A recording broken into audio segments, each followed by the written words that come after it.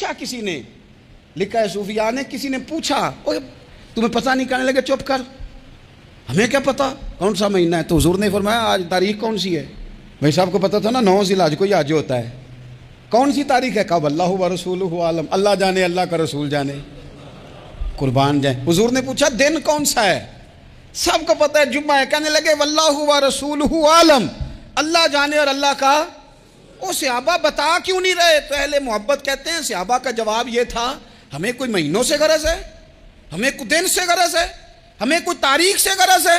حاجیو آؤ شہنشاہ کا روضہ دیکھو، کعبہ تو دیکھ چکے، کعبے کا بھی کعبہ دیکھو، ہمیں تو محبوب سے غرض ہے۔ مہینہ تھا ذی الحج کا، اگر حضور کہہ دیتے ذی الحج نہیں ذی قعد ہے تو ہم نے ذی قعد ہی بنا لینا تھا۔ تاریخ تھی 9، اگر حضور فرما دیتے 11 ہے تو ہم نے 11 ہی بنا لینی تھی۔ دن تھا جمعے کا، اگر حضور کہتے پیر ہے تو ہمیں کیا لگے؟ ہمیں تو محبوب کی رضا چاہیے۔ آپ دیکھیں نا، ایک صحابی کے ہاتھ ذرا لمبے تھے تو حضور نے فرمایا یا ذوالیدین، او لمبے ہاتھوں والے۔ ان سے کوئی پوچھتا نام کیا ہے تو کہتے میرا نام ہے 2 ہاتھوں والا۔ او بھائی میرے بھی 2 ہیں، تم کیوں 2 ہاتھوں والا؟ کہنے لگے یہ نہیں مجھے پتا، مجھے نبی پاک نے کہا 2 ہاتھوں والا۔ تو ٹھیک ہو گئی جو حضور نے نام رکھ دیا۔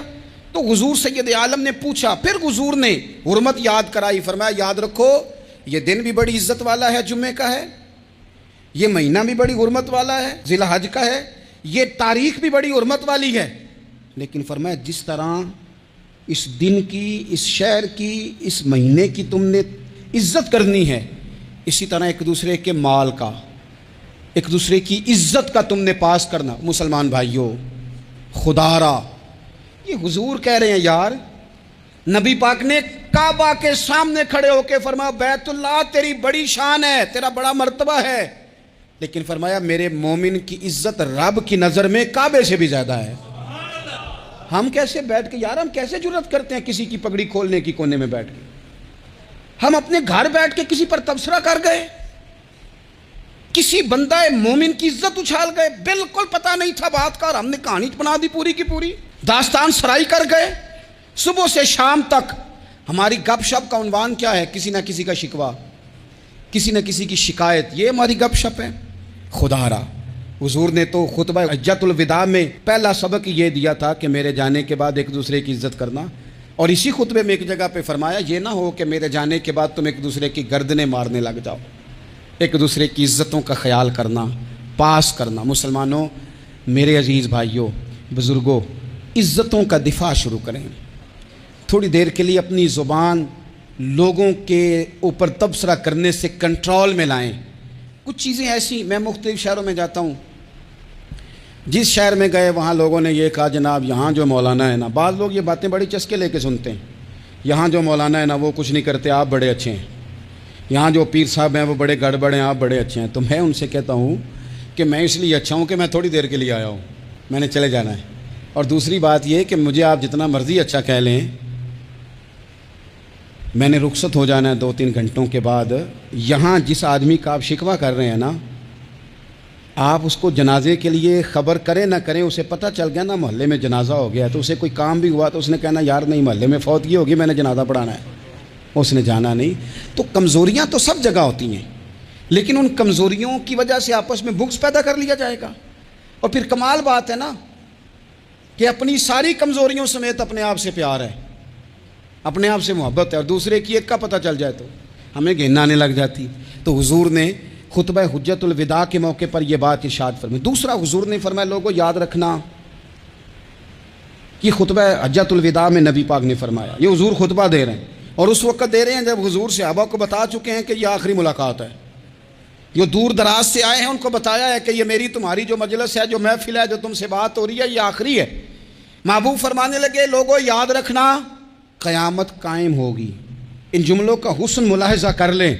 فرمایا قیامت قائم ہوگی، تم اپنے رب سے ملاقات کرو گے، اور فرمایا تمہارا رب تم سے تمہارے اعمال کے بارے میں پوچھے گا۔ یہ خطبہ حجۃ الوداع میں کریم نے فرمایا، صبح تم اٹھے کیا عمل کیا، اللہ پوچھے گا، کسی سے ملاقات ہوئی، طرز کیا تھی، سوچ کیا تھی، اللہ پوچھے گا، لین دین میں کیا معاملات تھے، تمہارے اعمال کے، اللہ سے ملاقات ہوگی، وہ کھڑا کر کے پوچھے گا۔ اور حدیث میں کئی جگہ پہ حضور نے فرمایا وہ تم سے سوال کرے گا، تمہیں جواب دینا ہے۔ میرے عزیز بھائیوں، تیار رہنا چاہیے، تیار۔ ہم نا منت کرتے ہیں آخری دن ہو نا، تنخواہ دار لوگ کہتے ہیں یار یہ آخری ایام چل رہے ہیں، کوئی خرچہ نہ بتاؤ، اس لیے کہ حساب کے متھے لگنا ہے۔ آخری دنوں میں، بجٹ کے دنوں میں لوگ پریشان ہوتے ہیں کہ حساب دینا ہے۔ جب رب سے ملاقات کریں گے اور وہ حساب مانگے گا، کتنا مشکل کام ہے۔ اور ایک مقام پہ حضور نے فرمایا جس سے اللہ نے حساب مانگا وہ تو الجھ گیا، دعا کرو وہ حساب مانگے ہی نہ، بے حساب ہی بخشش فرما دے۔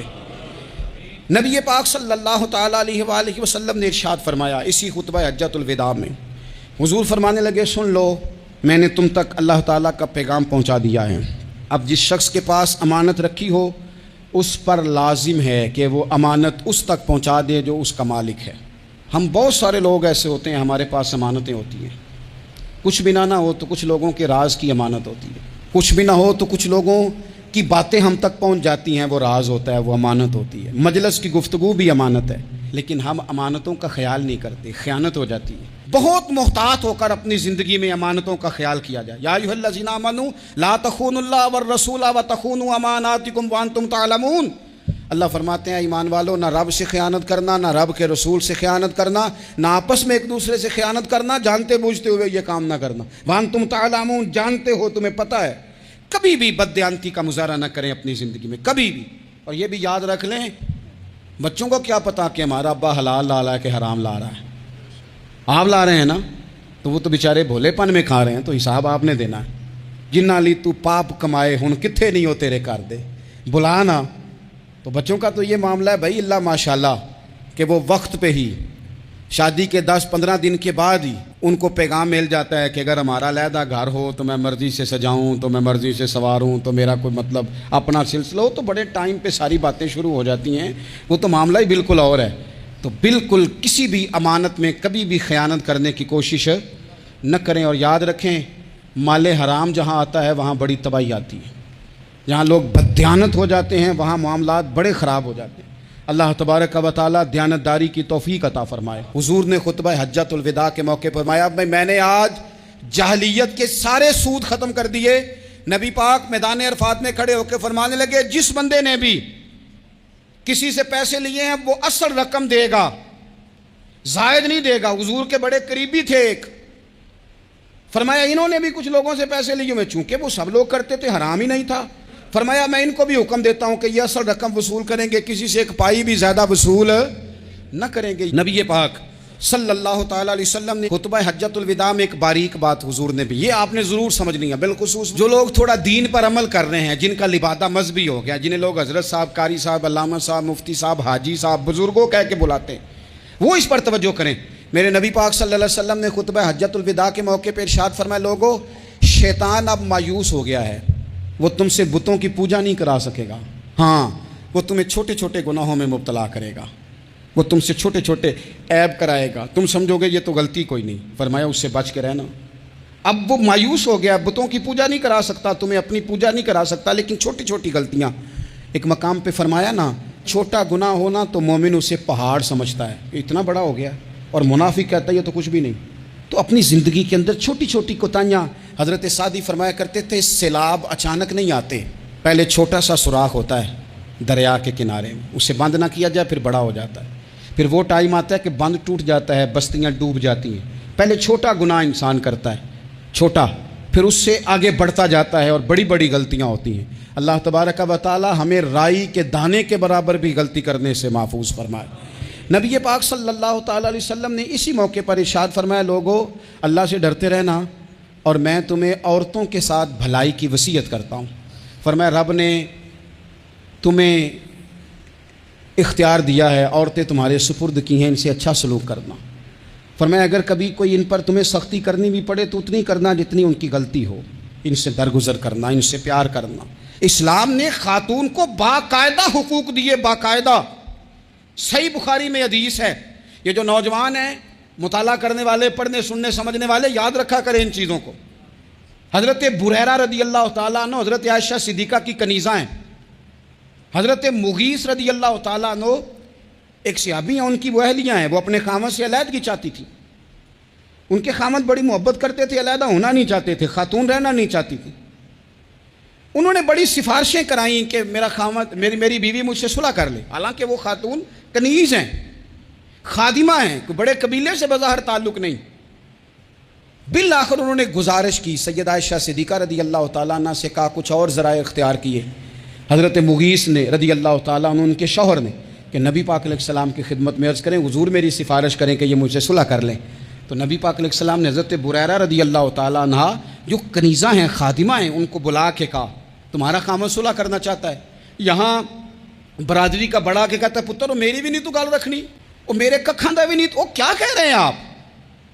اللہ نے اسے حق دیا ہے، اور جسے حق اللہ دے اس کا رسول دے، اس سے کون ہوتا ہے کوئی حق چھیننے والا؟